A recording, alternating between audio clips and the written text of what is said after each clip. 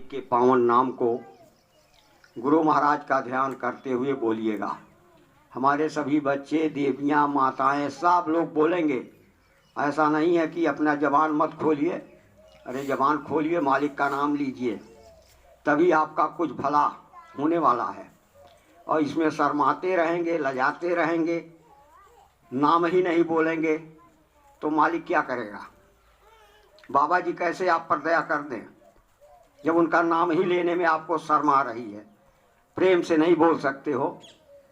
इस नाते आप लोग प्रेम से गुरु महाराज का ध्यान करते हुए सभी लोग बोलेंगे, प्रेम से गुरु महाराज का ध्यान करते हुए, जय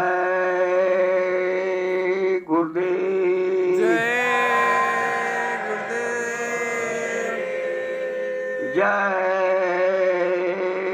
गुरुदेव, जय गुरुदेव, जय गुरुदेव, जय गुरुदेव। नाम किसका? प्रभु का। जय गुरुदेव। नाम किसका? इसलिए प्रेम से बोले, हर जगह मिलेंगे, कष्ट हरेंगे, कल्याण करेंगे, भव पार करेंगे, घट घट बासी सबके स्वामी। जय गुरुदेव। शब्द रूप से सर्वत्र घट घट में विराजमान युग मसीहा, विश्व के प्रथम मसीहा पूज्य स्वामी जी महाराज के चरण कमलों में कोट कोटि नमन प्रणाम। साथ ही उनके उत्तराधिकारी वर्तमान में हमारे संस्था अध्यक्ष पूज्य महाराज जी को नमन प्रणाम करते हुए सत्संग में उपस्थित विराजमान, साथ में हमारे चल रहे कारू काका जी जो आश्रम के बहुत ही जिम्मेदार, समर्पित अपना जीवन बिता रहे हैं, साथ में चल रहे हमारे ड्राइवर साहब सूरजमल जी, आपके क्षेत्र से आए हुए हमारे भैया राम अवतार जी, और आपका ठेकेदार साहब, भैया अब हम पूरा नाम नहीं जानते, तो आए उपस्थित आप लोग और उपस्थित आप सभी प्रेमी भाई बहन, बच्चे बच्चियों, साथ ही इस आवाज़ को सुन रहे दूर दराज के सभी माता पिता तुल्य सम्मानी लोग, भाई बहनों, प्यारे दुलारे बच्चे बच्चियों, प्रेमियों, ये सत्संग है। जीवन में कभी कभी उस मालिक की दया कृपा से इस जीवन जिंदगी में हमें कभी कभी ये अवसर मिलता है जब हम सामूहिक रूप से बैठ करके मालिक का, गुरु महाराज का गुणान बात करते हैं। ऐसा एक शुभ अवसर आपके हमारे सामने है, मालिक की दया से प्राप्त हो रहा है। इसलिए आप लोगों से प्रार्थना है, विनती है कि आपके सामने ये गुरु महाराज का संदेश रखा जा रहा, मेरा नहीं है, किसी इंसान मनुष्य का नहीं है। याद रखिएगा, उस प्रभु का, परमात्मा का संदेश हमेशा इस हम मानव इंसानों के उद्धार और कल्याण के लिए आता है। भगवान कभी नहीं आएगा, अनामी महाप्रभु कभी नहीं आएंगे, वो आते नहीं है, बल्कि उनकी शक्तियाँ, आध्यात्मिक शक्तियाँ इस मानव शरीर में आकर के हमें आपको उनका पैगाम सुनाती हैं, उनका संदेश सुनाती है, जन कल्याणकारी आत्महितकारी संदेश मालिक का लेकर के ये संत और महापुरुष इस धराधाम पृथ्वी पर अवतार लेते हैं और वो मालिक का संदेश सुनाते हैं। वो संदेश क्या है? हम लोगों के हित में है, कल्याण में है, और आत्माओं के जागरण के लिए है, और हमारी अज्ञानता को, हमारे अंधकार को दूर करके हमें सदमार्ग पर, अच्छे मार्ग पर चला करके हमारी आत्मा को इस भवसागर से पार करने के लक्ष्य से ये सत्संग होता है। इसमें कोई भेद नहीं है। महात्माओं का संदेश सारे इंसानों के लिए होता है।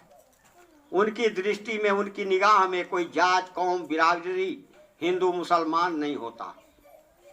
अगर किसी ने छोटे बड़े, अमीर गरीब, जात और हिंदू, मुसलमान और सिख और ईसाई की बात करता हो तो महात्मा नहीं हो सकता। हमारे स्वामी जी कहते थे कि हमारी निगाह में दो बातें हैं, एक तो तुम मानव हो, इंसान हो, और दूसरी बात तुम्हारे अंदर जो प्रभु की अंश जीवात्मा बैठी हुई है उसको मैं देखता हूँ। तुम्हारे अंदर बैठी हुई जीवात्मा को और तुम्हारे मानवता की शकल को, ये दो चीज़ों से हमें मतलब है। तीसरा दूसरे उसमें कोई भेद और लड़ाई और झगड़े और आपस में समाज को बंटवारे का कोई भी प्रश्न महात्मा की दृष्टि में नहीं होता। इसलिए ये संदेश देश दुनिया के सारे इंसान मनुष्यों के लिए महात्मा का होता है। बड़ा कल्याणकारी संदेश होता है। जो लोग इस बात को समझ लेते हैं उनका जीवन धन्य हो जाता है, कृतार्थ हो जाता है जीवन। और जो लोग नहीं समझते, इधर उधर निंदा चुगली और वो करते रहते हैं, उनकी दशा वो जाने, अधोगति को प्राप्त होते हैं।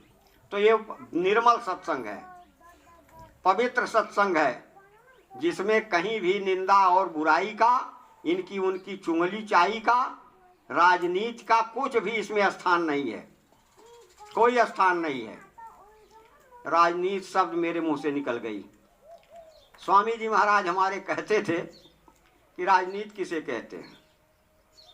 स्वामी जी ने कहा राजनीति का मतलब है खूब झूठ बोलो, बेईमानी करो, धोखा दो, हिंदू लड़ाओ, मुसलमान लड़ाओ, सिख लड़ाओ, ईसाई लड़ाओ, तोड़ फोड़ करो, आंदोलन करो, हिंसा करो, हत्या करो, इसका नाम है राजनीति।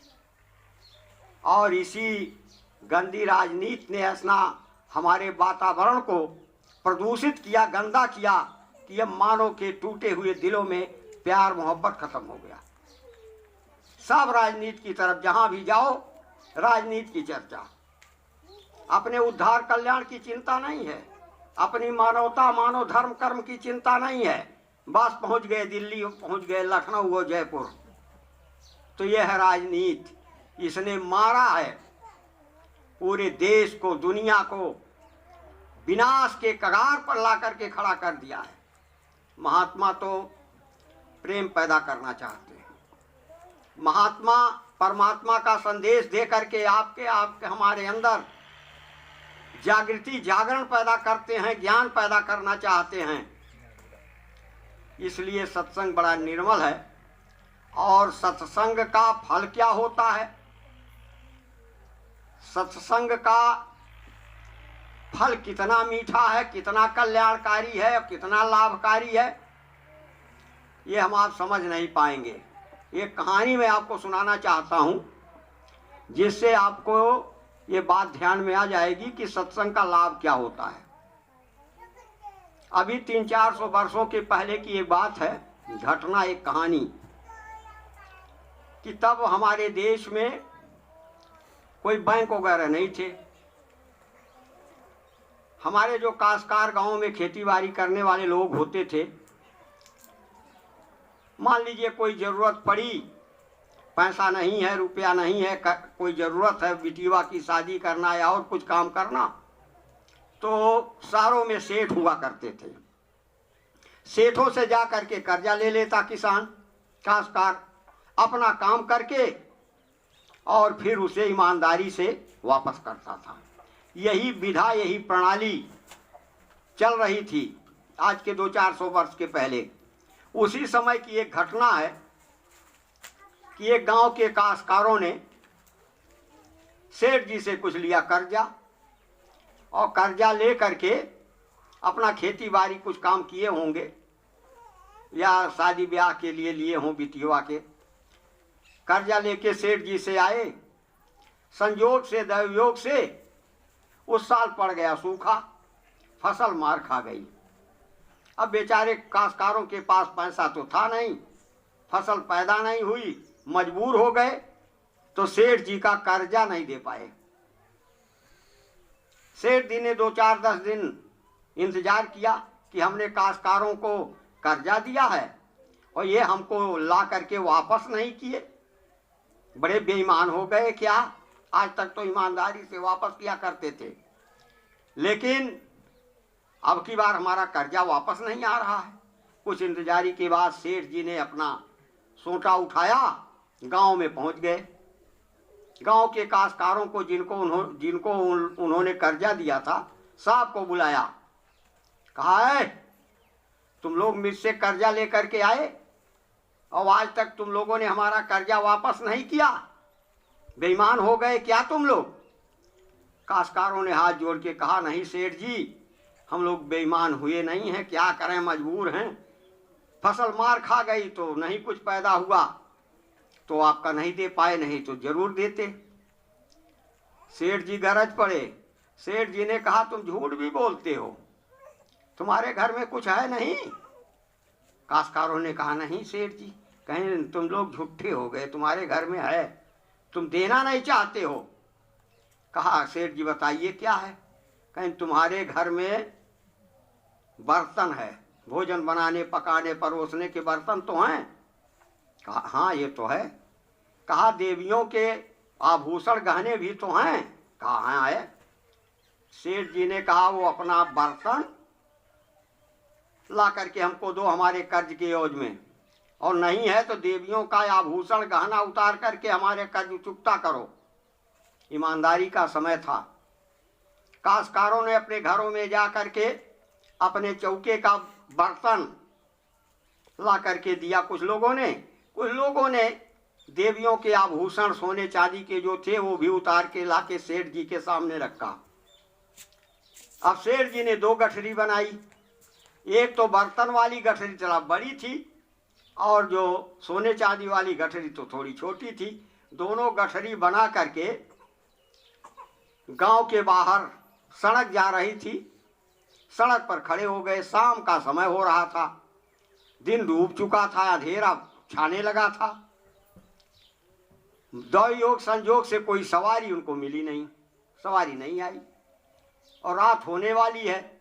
अब सेठ जी का प्राण ऐसे होने लगा कि इतना हमने सामान लिया है और कोई सवारी मिल नहीं, अभी अगर रात हो गई तो कोई उधर से आ करके हमारा माल भी छीन लेगा और हमको कत्ल भी कर सकता है, और गांव वाले हमसे नाराज ही हैं, इनको हमने सताया है, कोई हमारी मदद के लिए भी नहीं दौड़ेगा। ये सोच करके सेठ जी बहुत भयभीत हो रहे थे। हवाइयां उड़ रही थी चेहरे से। प्रेमी भाई बहनों, जब एकदम से हम अधीर हो जाते हैं, कोई सहारा नहीं रह जाता, ऐसे समय पर उस मालिक की दया होती है। जब तक आपको अपना बल पैरुष चल रहा है, धन दौलत का मान सम्मान और ये वो जब तक आपके अंदर भरा हुआ है, तब तक तो हम ही हैं, हमारे सामने दुनिया में कोई नहीं।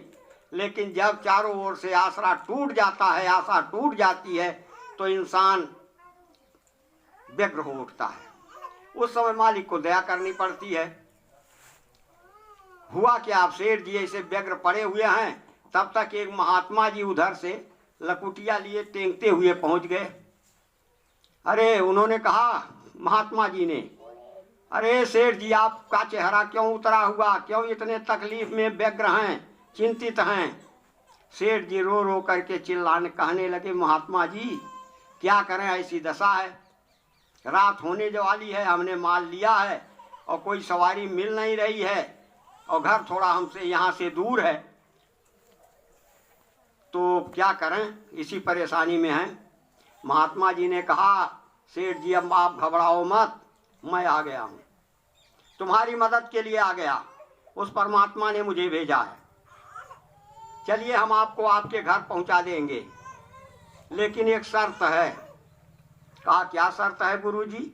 कहा शर्त है कि रास्ते में सत्संग होगा, या तो आप सत्संग सुनाओ हम सुने, या हम सुनावें आप सुनो।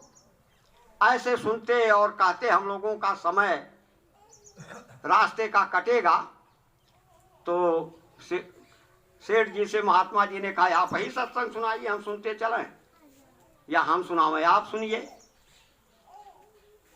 सेठ जी ने कहा हम तो बनिया आदमी हैं, हम सत्संग क्या जाने, हम तो वही नाप तौल ये वो व्यापार के हाल जानते हैं, सत्संग तो हमने कभी सुना भी नहीं, सत्संग हम क्या जाने। तो महात्मा जी ने कहा तो चलो हम सत्संग सुनाएंगे, लेकिन आप सुनते चलना। महात्मा जी ने सत्संग रास्ते में शुरू किया। महात्मा जी सत्संग सुनाते जा रहे हैं, सेठ जी बीच बीच में उसकी हुंकारी भरते जा रहे हैं। मालूम हो रहा है कि सेठ जी बहुत अच्छी तरह सुन रहे हैं, लेकिन सेठ जी सुनने वाले कहाँ थे, उनका ध्यान तो उस गठरिया पर था। लेकिन अब मजबूरी थी तो सुन रहे थे। ऐसे ही सुनते बड़े चले जा रहे थे। महात्मा जी ने सत्संग अपना जारी किया, सत्संग सुनाने लगे कि भैया ये जीवन है मनुष्य का, कुछ दिन के लिए मिला है, इसको हमें खाली करना पड़ेगा, अंत में कर्मों की कुंडली हमारे साथ जाएगी और उसका फल हमें भोगना पड़ेगा। सत्संग जारी कर दिया। महात्मा जी सत्संग सुनाते जा रहे, सेठ जी हूँ वहाँ करते जा रहे पीछे पीछे। ऐसे करते करते सेठ जी का घर आ गया। महात्मा जी ने कहा सेठ जी जाओ, वो आपका घर है, आप पहुंच गए अपने घर और मैं तो चला। सेठ जी ने कहा अरे गुरु जी, आपने बड़ी दया की है, बड़ी मेहनत किया, हमारे साथ बड़ा उपकार किया, तो आप रुकिए, रात में खाना खाइए, आराम से रहिए, हम आपको सारी व्यवस्था देंगे। महात्मा जी ने कहा ये हमने कोई आपके ऊपर उपकार नहीं किया है, ये हमारा धर्म है, हमने जो ये वस्त्र धारण किया है महात्मा का, इसका मतलब ही है हम इंसानों के काम आए, उनकी मदद करें, ये हमारा धर्म था, हमने आपके ऊपर कोई एहसान नहीं किया है। सेठ जी ने कहा तो जाइए। जाते जाते महात्मा जी ने कहा कि सेठ जी सुन लो बड़े गौर से कि आज के तीसरे दिन आपकी होगी मौत, तीसरे दिन आप मर जाओगे आज के, और आपके आत्मा को लेकर के जम के फरिश्ते जाएंगे, जमराज के दरबार में आपके कर्मों का लेखा जोखा होगा। उस समय आपसे जमराज ये पूछेंगे कि पहले आप पुण्य भोगोगे कि पाप भोगोगे, तो उनसे ये कह देना कि मैं पहले पुण्य भोगूंगा। ये मंत्र देकर महात्मा जी चलता बने और तीसरे दिन सेठ जी का शरीर छूट गया। सेठ का शरीर छूट गया। इनकी आत्मा को निकाल कर जमदूत ले जा करके जम के दरबार में पेशी हुई, इनके कर्मों का लेखा जोखा हुआ। तो इनके जीवन में कोई ऐसा कर्म था ही नहीं पुण्य वाला, केवल एक पुण्य जो बन गया था वो जो महात्मा जी ने रास्ते में सत्संग सुना दिया था, केवल वही एक पुण्य उनके खाते में निकला, और बकिया तो खाता स्याह है, पाप से भरा हुआ, बुराइयों से भरा हुआ। जब दोनों का लेखा जोखा हुआ तो जमराज ने कहा कि सेठ जी ये बताओ कि आप पहले पुण्य भोगोगे कि पाप भोगोगे। अब गुरु महाराज की बात उनको याद आ गई। प्रेमी भाई बहनों, जब गुरु की बात याद रहेगी मौके से तभी रक्षा होगी। इसी नाते सत्संग होता है जिससे हमको गुरु महाराज के शब्द और वाणियां हमेशा दिल और दिमाग में गूंजती रहें। मौका आ गया, उसका हमने पालन कर दिया, आदेश को मान लिया, चल दिया उस रास्ते पर, तो रक्षा हो जाएगी। और अगर शब्द ही याद नहीं है गुरु के, सत्संग ही याद नहीं है, वाणी याद ही नहीं है, तो फिर क्या होगा। सेठ जी को याद आ गया कि गुरु जी ने कहा है कि पहले कह देना पुण्य भोगेंगे। जमराज से उन्होंने कहा कि हम पहले सरकार हम पुण्य भोगेंगे। हुक्म हो गया। सेठ जी को पकड़ करके दो फरिश्ते दूत ले जा करके सेठ जी को कहाँ पहुंचाए, जहां संतों का दरबार लगा था। अब सेठ जी रास्ते में सोचते जा रहे हैं कि जिस महात्मा ने हमको सत्संग सुनाया है, हमने तो उनको ख्याल से देखा भी नहीं, हम पहचान भी नहीं, ध्यान तो उस पर था ना। उनकी पोटली पर, धन पर ध्यान था। महात्मा को कहाँ देखने की, उनको दर्शन करने की कहाँ चाह थी। अब ये रास्ते जा रहे हैं, दूध पकड़ के ले जा रहे हैं। अब इनको तो यह है कि पता नहीं मैं पहचान पाऊंगा कि नहीं पहचान पाऊंगा। लेकिन जब संत के दरबार में पहुंचे, प्रेमी भाई बहनों, महात्मा का एक शरीर यहाँ काम करता है दुनिया में, मानव शरीर, और ये महात्मा का दूसरा शरीर, तीसरा शरीर लोक लोकांतर में रन करता है। यहाँ भी आप देखो, वहां भी देखेंगे आप। जिस जीव को पकड़ लेते हैं उसके लिए हर जगह, हर मंडल में विराजमान होते हैं। अब सेठ जी को पकड़ करके जब जमदूत पहुंचे, सेठ जी ने, अरे उसने देखा महात्मा जी ने कि ये तो सेठ हमारा आ गया जिसको हमने सत्संग सुनाया था। सेठ जी को क्या पहचान थी? सेठ जी तो पहचानने वाले कहाँ थे। महात्मा जी ने सेठ जी को बुलाया, सेठ जी चले आओ। सेठ जी गए पहचानाबाद में और उनको पकड़ करके महात्मा ने अपनी गोद में बैठा लिया। सत्संग चल रहा है, अब सत्संग का प्रसाद उनको दया मिल रही है, संत के दरबार में संत के दर्शन का लाभ मिल रहा है। पुण्य काल धीरे धीरे खत्म हुआ। जमदूतों ने कहा कि अरे सेठ जी आओ जल्दी, अभी आपको ले जाकर आपके बुरे कर्मों का भुगतान आपसे कराना बाकी है, निकलो आप वहां से, निकलो आप जल्दी आओ हमारे पास, हम आपको लेके चलते हैं।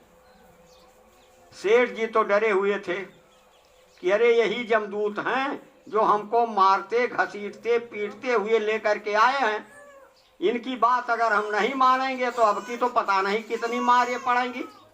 डर करके सेठ जी तो महात्मा से गोद से निकल करके जमदूतों के पास जाना चाहते थे, उछले कुछ, लेकिन तब तक महात्मा जी ने अपने गोद में कस लिया।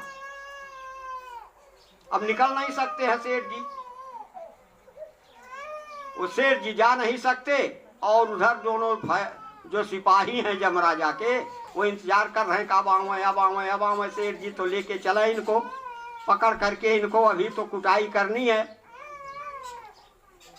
महात्मा ने छोड़ा नहीं, सेठ जी जो है पड़े रहे और वो बेचारे इंतजार सिपाही करते रहे, करते करते इंतजार करते करते कितना समय इंतजार करें। मजबूर और लाचार होकर सेठ जी को छोड़कर दोनों सिपाही जमराज के दरबार में पहुंचे।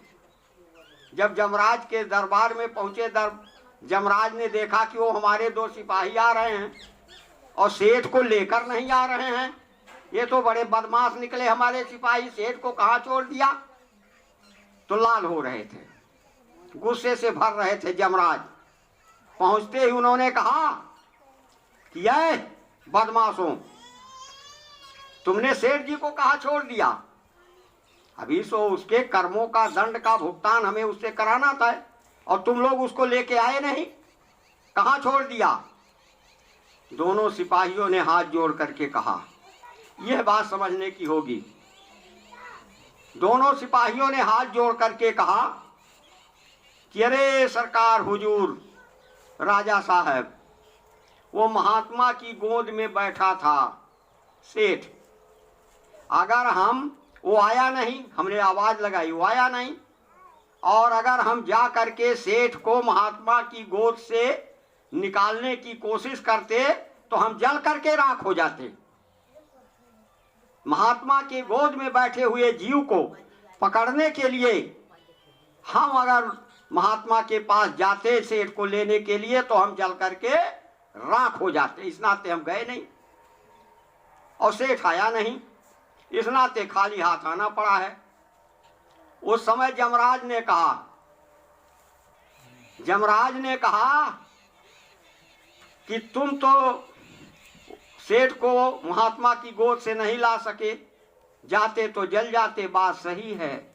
अगर मैं भी जाऊं सेठ को पकड़ने के लिए, महात्मा की गोद से निकालने के लिए, तो मैं भी जल करके राख हो जाऊंगा। यह है सत्संग का प्रसाद, यह है सत्संग की महिमा। आप सत्संग में आए हो, सुनो, महात्मा की शरण में आए हो, बाबा जय गुरुदेव की शरण में आए हो। अगर आपने बाबा जय गुरुदेव की बात को मान लिया, उनको अपना बना लिया, तो ये महात्मा किसी को जिसको पकड़ लेते हैं उसको छोड़ने वाले नहीं होते।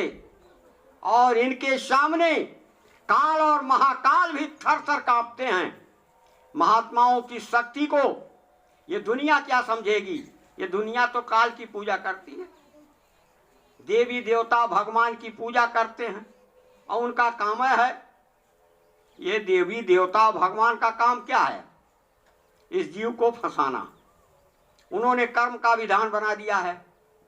मनुष्य शरीर आपको दे दिया, आजाद कर दिया, कर्म करो, चाहे अच्छा करो चाहे बुरा करो, चाहे पाप करो चाहे आप पुण्य करो, उनसे कोई इससे मतलब नहीं है।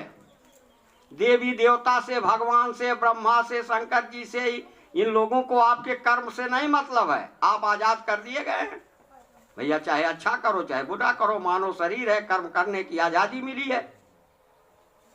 लेकिन इस शरीर का समय जब पूरा होगा तो उसके बाद आपने जो कर्म किया है उसको पाई पाई करके वो भुगतान कराएंगे। काल रूप में तिन कर भ्राता, शुभ और अशुभ कर्म फल दाता। ये किसकी वाणी है जानते हैं? ये भगवान राम की वाणी है कि मैं शुभ और अशुभ कर्मों का फल देता हूं, किसी जीवात्मा को मुक्त नहीं करता। मेरा विधान है, जैसा करोगे वैसा आप भरोगे। कृष्ण भगवान ने भी इसी बात को कहा कि कर्मणेवाधिकार अस्ते मां फलेषु कदाचनम, कि भैया आप कर्म करने के लिए तो आजाद हो इस दुनिया में, लेकिन उसका फल मेरी मुट्ठी में है, आपके पास अधिकार नहीं है। करना आपके अधिकार में है, और जो आप करोगे उसको आप भरोगे। हमने वो इंतजाम कर रखा है इस संसार में, हमने इंतजाम कर रखा। जैसे आपके देश में जेल खाने बने हुए हैं, कानून बना हुआ है, कानून के खिलाफ आप जाओगे, किसी का कत्ल, हिंसा, हत्या कुछ करोगे तो पुलिस आएगी, पकड़ के ले जाएगी, जजमेंट होगा, फैसला होगा, तो आपको जेल में डाला जाएगा। ऐसे ही उस भगवान ने भी, जिन्होंने त्रिलोकी बनाई है, उन्होंने भी कानून बनाया है, और उनके कानून के दायरे में जब आप आएंगे तो आपकी आत्मा का जेल खाना में जगह मिलेगी। जेल खाना बड़ा लंबा चौड़ा है इनका, आपके देश का जेल खाना छोटा मोटा कहीं होगा, लेकिन उस प्रभु, उस काल भगवान का कारखाना माने जेल खाना इतना लंबा चौड़ा है। नरक बना दिए, कितने नरक बना दिए, कोई गिनती नहीं है। अरे हमारे पुराण वालों ने 22 तक नरक की बात की है, लेकिन हमारे महाराज जी कहते हैं उनकी कोई गणना ही नहीं है। इतने नरक बनाए गए हैं, किसके लिए? इस जीवात्मा को फल भोगवाने के लिए। आप बुरा करके, पाप करके, हिंसा करके, हत्या करके जब जाएगी आपकी आत्मा, तो एक एक पाई कर्मों का भुगतान आपसे उस नरक में डाल करके कराया जाएगा। उस समय जानते हैं जीव की क्या दशा होती है? मारे जाते हैं, काटे जाते हैं, जलाए जाते हैं, डुबोए जाते हैं, नाना प्रकार की, जैसा आपका कर्म है। अरे आपके भारत के संविधान में भी तो बना है कि भाई दंड की संहिता है, आप ये करोगे तो ये सजा, ये करोगे तो ये सजा। ऐसे ही उसमें भी विधान बना हुआ है, और उस जिसके कर्म के दायरे में आप जाओगे वैसा दंड आप पर लागू होगा। किसी का हाथ काटोगे तो आपका भी हाथ काटा जाएगा। स्वामी जी सीधे भाषण समझाते थे, किसी का हाथ काटोगे तो आपका भी हाथ काटा जाएगा। और लिंग सृष्टि है, आपका हाथ कटेगा फिर जुड़ जाएगा, फिर काटा जाएगा। आपने 1 लाख 2 लाख जीवों को मारा है, काटा है, उनके मुर्दे मांस को खाया भी है, तो जितने जीवों को आपने हत्या की है उतने जीव अपना बदला लेंगे। ये अतले बदले का संसार है। 1 लाख जीवों को आपने जीवन में मारा, काटा, हत्या किया है, तो 1 लाख जीव एक एक करके आपसे बदला लेंगे।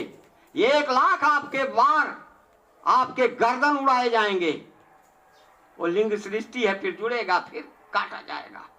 एक एक पाई कर्मों का भुगतान इस जीव को नरक में डाल करके कराया जाएगा।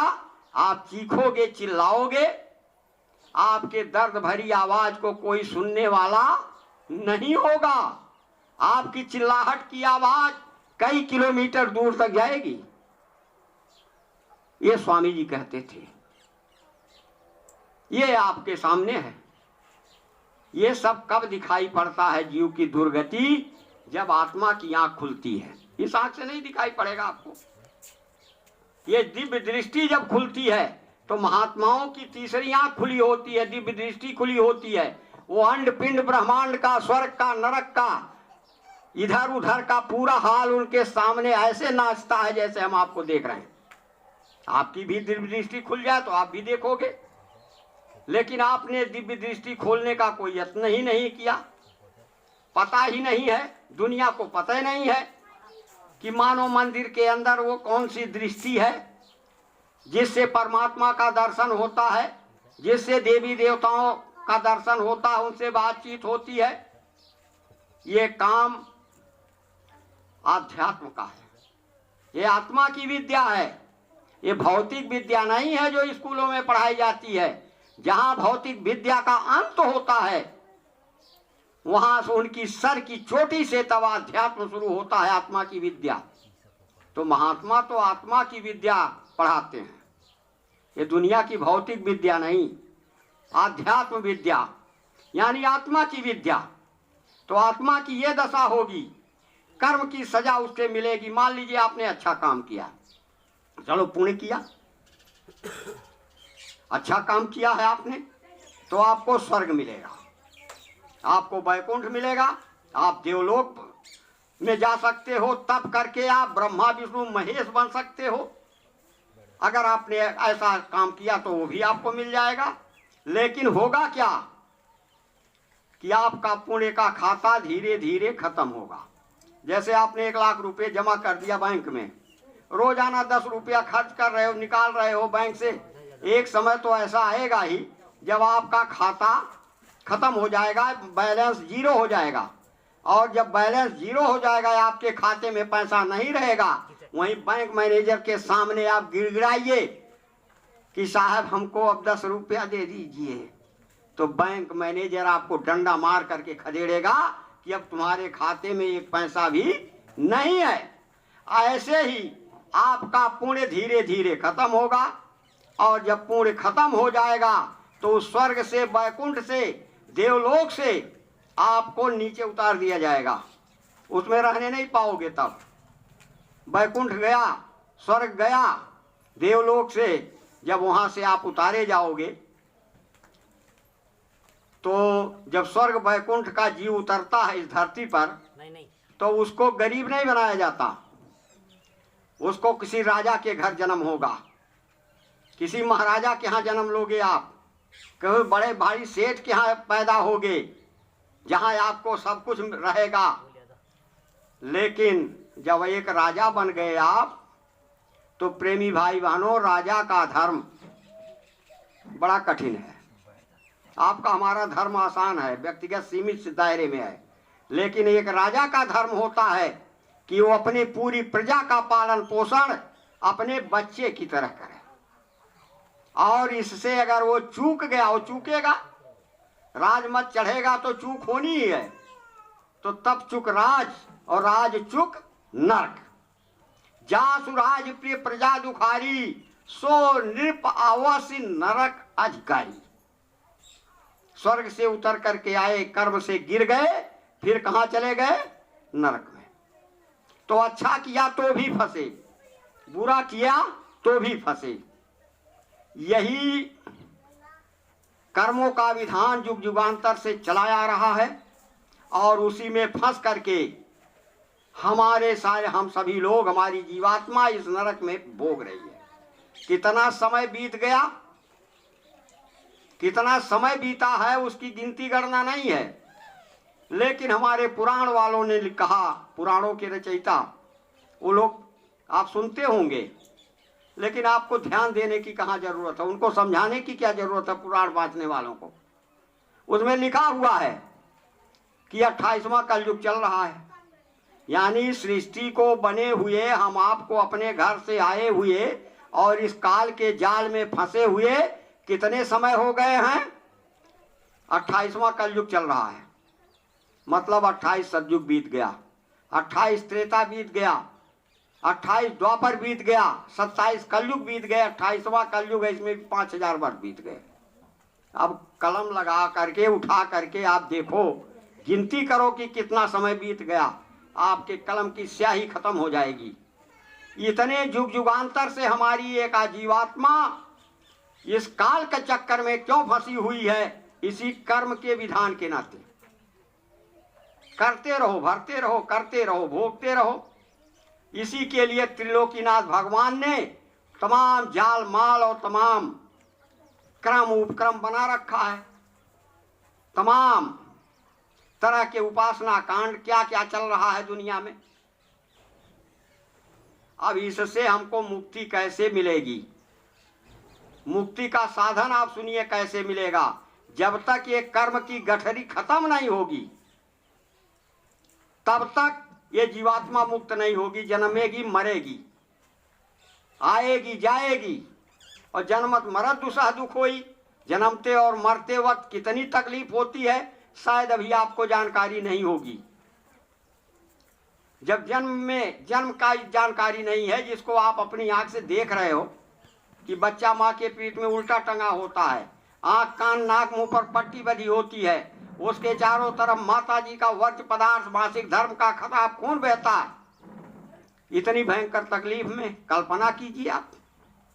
उसी तकलीफ से त्रस्त होकर व्यस्त होकर के रो करके चीख करके हम प्रार्थना करते हैं माँ के पेट में परमात्मा से कि अब प्रभु कृपा करो, यही भांति सब तज भजन करब दिन राति। काका जी जाएगा कहूँ? हाँ जाइए। तो हमने वादा किया माँ के पेट में कि हमको इस नरक कुंड से बाहर कर दीजिए। पॉलीथीन में आप बंद थे, आपका नाक जो है इसी अंगूठे से सटा होता है माँ के पेट में। क्या दुर्गति होती होगी कल्पना कर सकते हैं आप? देख तो सकते हैं मनुष्य हैं, माताएं तो और जानती होंगी, आप भी इसको जान सकते हो, क्या इतनी बड़ी बात नहीं है। लेकिन उस भयंकर तकलीफ में आपने वादा किया कि हम भजन करेंगे आपका, हमको दुनिया में दया करके भेज दीजिए, इस कष्ट से हमको उबार लीजिए। लेकिन दुनिया में आकर हम वो वादे को भूल चुके हैं। दुनिया का सारा काम करेंगे, धरती आकाश एक किए रहेंगे, बेटी बेटा धन दौलत ये वो बस इसी में दिनों रात पछते रहेंगे। लेकिन हम भगवान का भजन नहीं करेंगे। सब काम करेंगे लेकिन हम भजन नहीं करेंगे। यही दुनिया का दस्तूर होता है। इस दुनिया में फंस करके इंसान अपने जीवन को बर्बाद करके, अपने वादे को भूल करके अंत में अधोगति को प्राप्त होता है। फिर वहां जाएंगे, दरबार में पेशी होगी तो आपसे पूछा जाएगा कि भैया आपने तो वादा किया था भजन का, जीवन भर आपने वादा भजन तो किया नहीं, बताओ अब क्या किया जाए। तो एक प्रश्न आप कर सकते हो, अरे काका बैठो, आप लोग डिस्टर्ब कर थे ज्यादा। उस समय एक प्रश्न आप कर सकते हो कि आपने किसी को समझाने के लिए हमारे पास भेजा नहीं, हम अज्ञानी थे, अंधकार में डूबे हुए थे, लेकिन आपने किसी को हमारे समझाने के लिए हमको भेजा नहीं, ये आप कहोगे। लेकिन याद रखिएगा प्रेमी भाई बहनों, ये सत्संग हो रहा, इसकी भी वीडियो कैसेट बन रही है और वहां पर ये वीडियो कैसेट आपको दिखाई जाएगी कि देखो महात्मा का संदेश। सत्संग आपके गांव में हो रहा था, आपके अगल बगल हो रहा था। बाबा जी ने तो पूरे 60 साल का जीवन ही बुता दिया सत्संग सुनाते कहते और बताते हुए, लेकिन आपने उसको सुना ही नहीं। तो आपने नहीं सुना तो इसका नियम जानते हैं, बाबा की बात नहीं मानेंगे, हम अपने मन की ठानेंगे, तो इसका परिणाम क्या होगा? लिखा है गोस्वामी जी महाराज ने, साधु अवज्ञा कर फल ऐसा, जरे नगर अनाथ कर जैसा। अब आप क्या जवाब दोगे? इसी नाते प्रेमी भाई बहनों, इस दुनिया में महात्मा संत अवतार लेते हैं। हम आपको समझाने बुझाने के लिए, सच्चे रास्ते पर, प्रभु के रास्ते पर चलाने के लिए अकूत मेहनत करते हैं। उनको आप गाली दो, मारो, काटो, सताओ, लेकिन वो ऊफ नहीं करते, अपने निशाने पर चलते रहते हैं। जैसे हाथी आती है गांव में ना, कुत्ते सब भूंकते हैं कहाँ आ गया, लेकिन हाथी अपने मस्त चाल चलती रहती है। ऐसे ही महात्मा भी इस दुनिया की परवाह नहीं करते, अपने मिशन पर लगे रहते हैं जीवों के कल्याण के लिए। इतिहास आपको याद दिलाऊं तो समझ में आएगा। सदा संसार में सत्पुरुष नर्तन धर के आए हैं, मगर संसार वाले क्या कभी पहचान पाए हैं? महापुरुष आते रहे, समझाते रहे, लेकिन दुनिया ने नहीं समझा। उल्टे उनके साथ क्या व्यवहार हुआ है, इतिहास भरा पड़ा है। कबीरदास जी के हाथ काट लिए गए काशी में, रविदास जी की दुर्गति हुई, मारा इतना खदेड़ा उनको, रविदास जी को काशी के वासियों ने मजबूर हो करके वो आपके राजस्थान में आके बसे, तब मीरा जी को पकड़ा। हमारे पलटूदास जी एक महात्मा थे, अयोध्या में रहते थे, कुटिया बना के फूस की।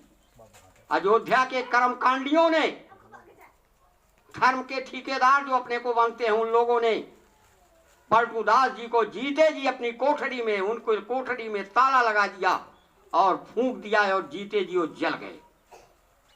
ईसा मसीह का इतिहास है, फांसी पर चढ़ा दिया गया। किसका किसका इतिहास बताया जाए? राम का इतिहास आप जानते हो, जंगल चले गए, उनके बाप ने ही जंगल भेज दिया, नहीं पहचान पाए। रावण अब इतना बड़ा विद्वान, 4 वेद 6 7 18 पुराण को जानने वाला, लेकिन क्या क्या कुछ